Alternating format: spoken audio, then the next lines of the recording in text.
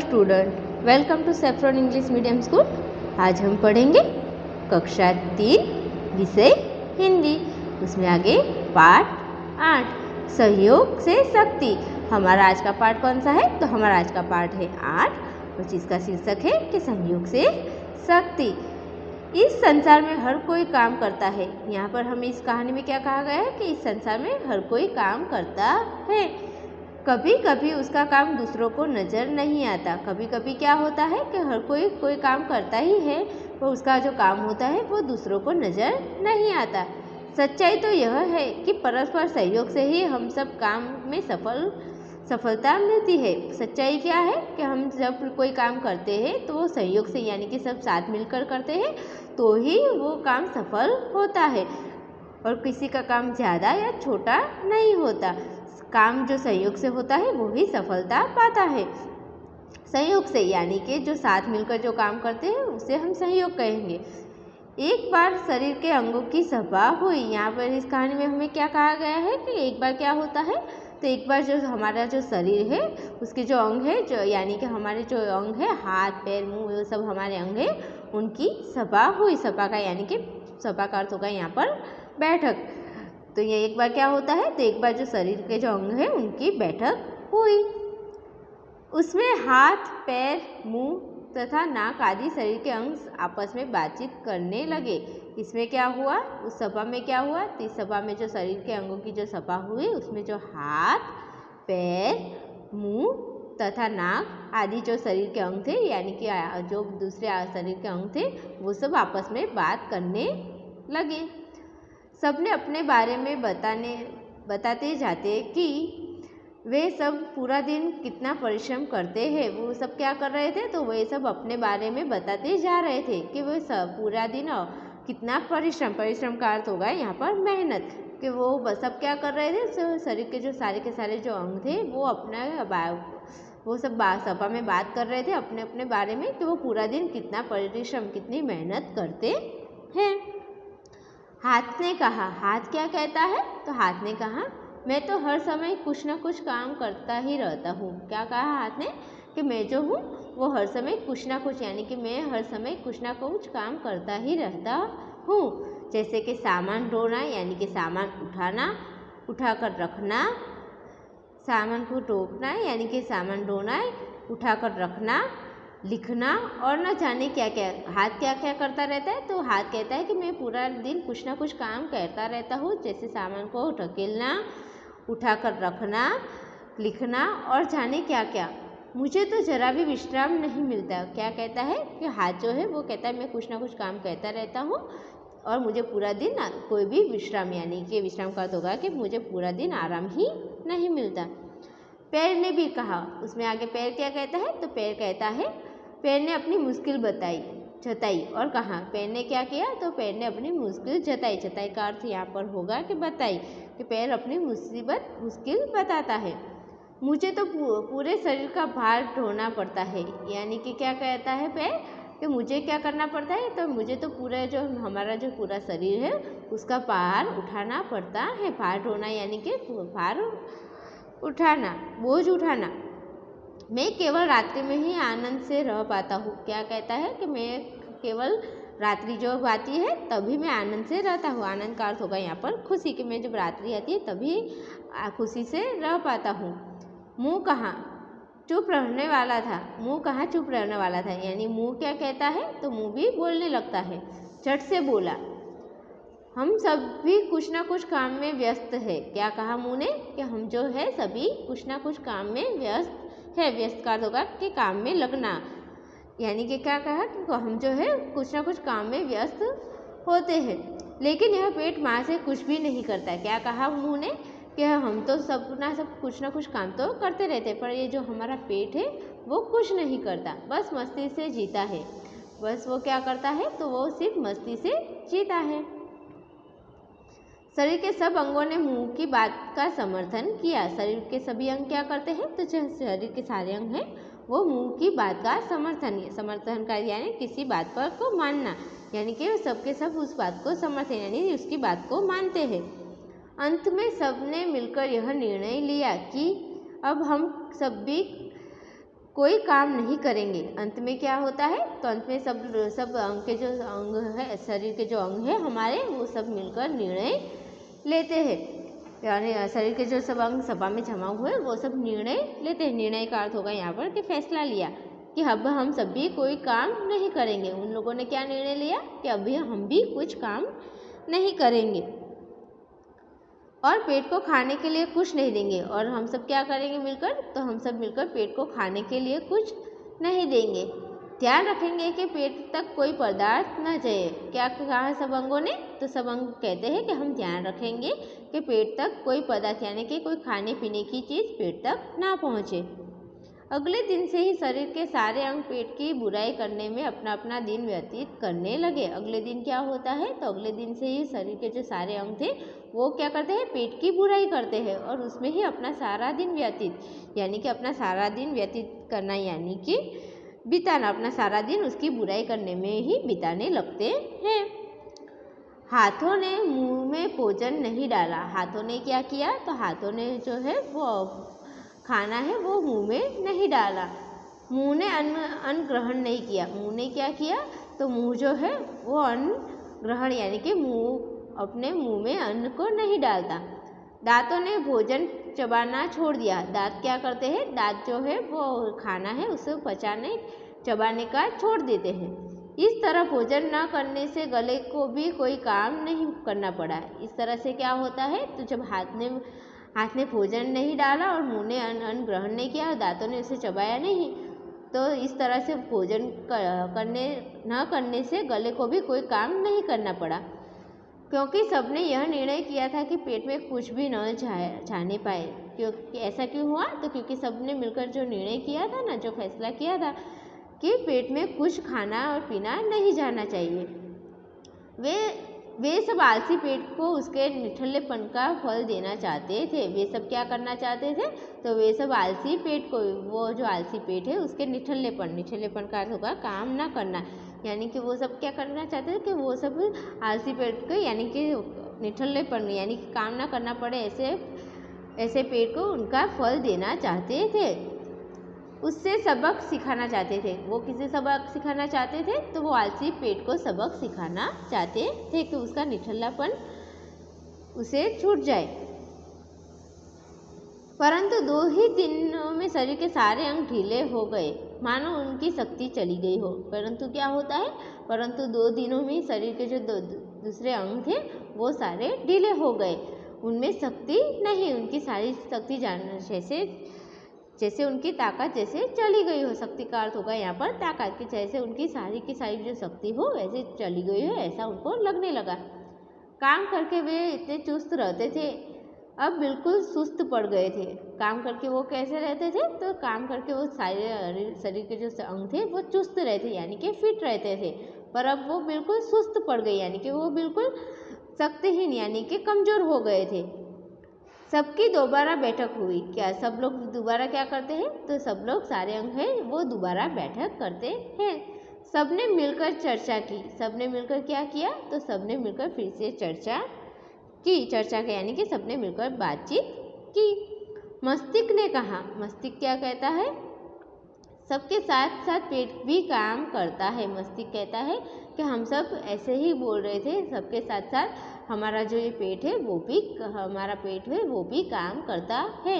वह आलसी नहीं है। पेट क्या है, वो आलस नहीं करता, वो आलसी नहीं है। हम जो खाना उस तक पहुँचाते हैं वह अन्न पेट की सहायता से ही पचता है।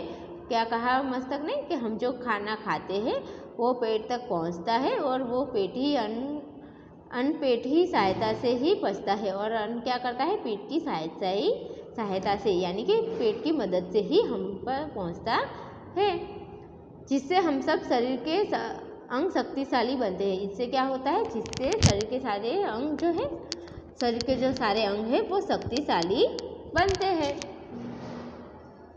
मुंह ने अपनी सहमति देते हुए कहा। मुंह क्या करता है, वो मस्तक की बात को सहमति यानी कि मस्तक की बात की सहमति देते हुए कहा। हाँ हाँ सही कहा।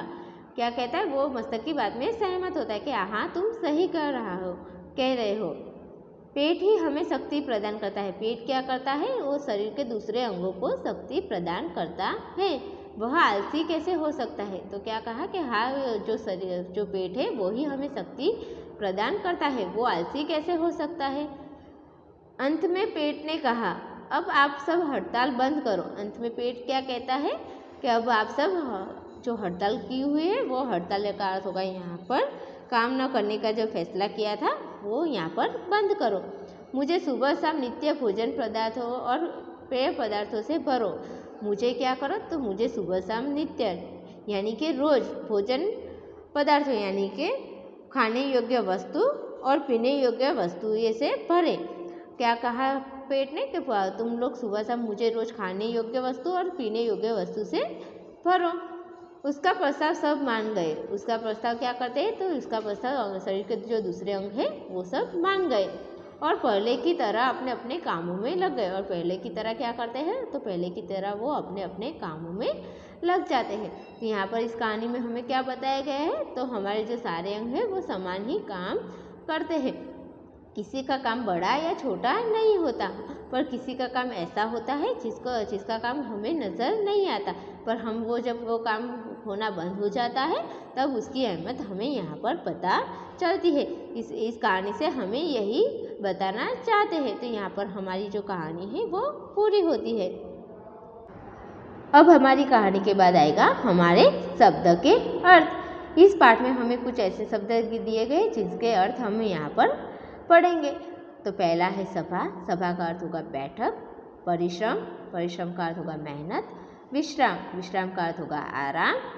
जताई यानी कि बताई। भार तो बोझ। आनंद तो खुशी।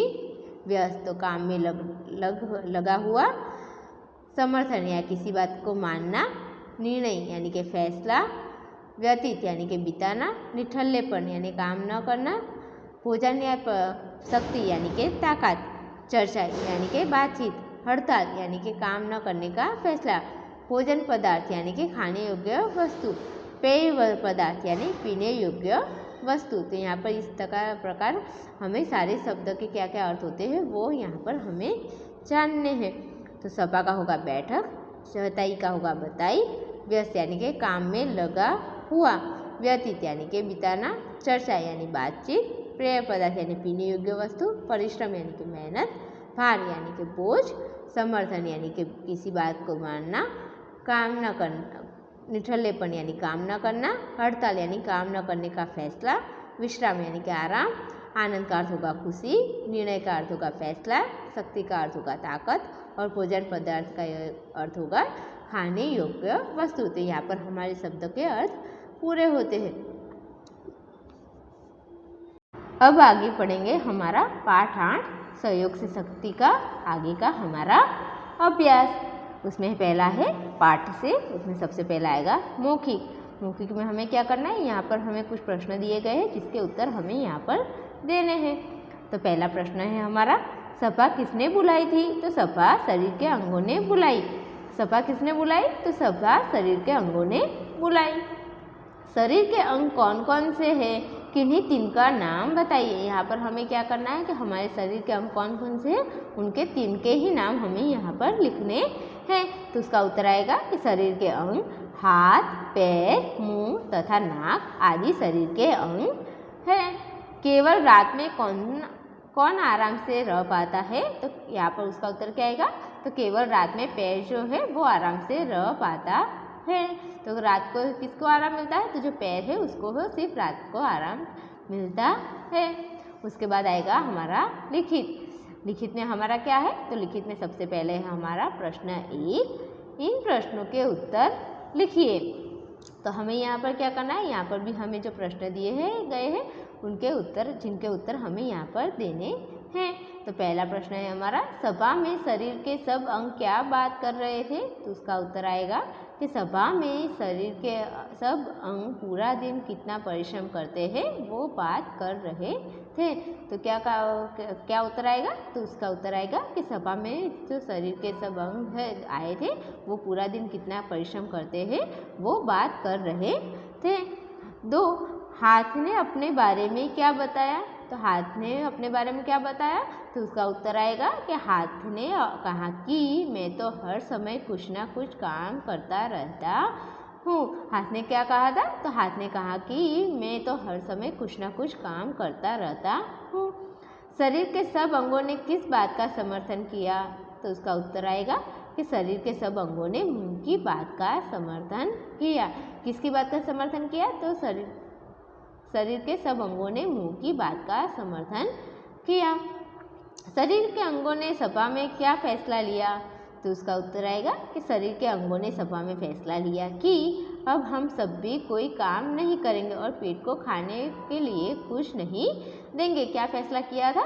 तो उसका उत्तर आएगा कि शरीर के अंगों ने सभा में फैसला किया कि अब हम सब भी कोई काम नहीं करेंगे और पेट के खाने पीने के लिए कुछ भी नहीं देंगे। 5. सभी ने दोबारा सभा क्यों बुलाई? तो सभी ने दोबारा सभा क्यों बुलाई थी? तो उसका उत्तर आएगा कि शरीर के सारे अंग ढीले हो गए, मानो उनकी शक्ति चली गई हो, वो बिल्कुल सुस्त पड़ गए थे, इसलिए सबने दोबारा बैठक बुलाई।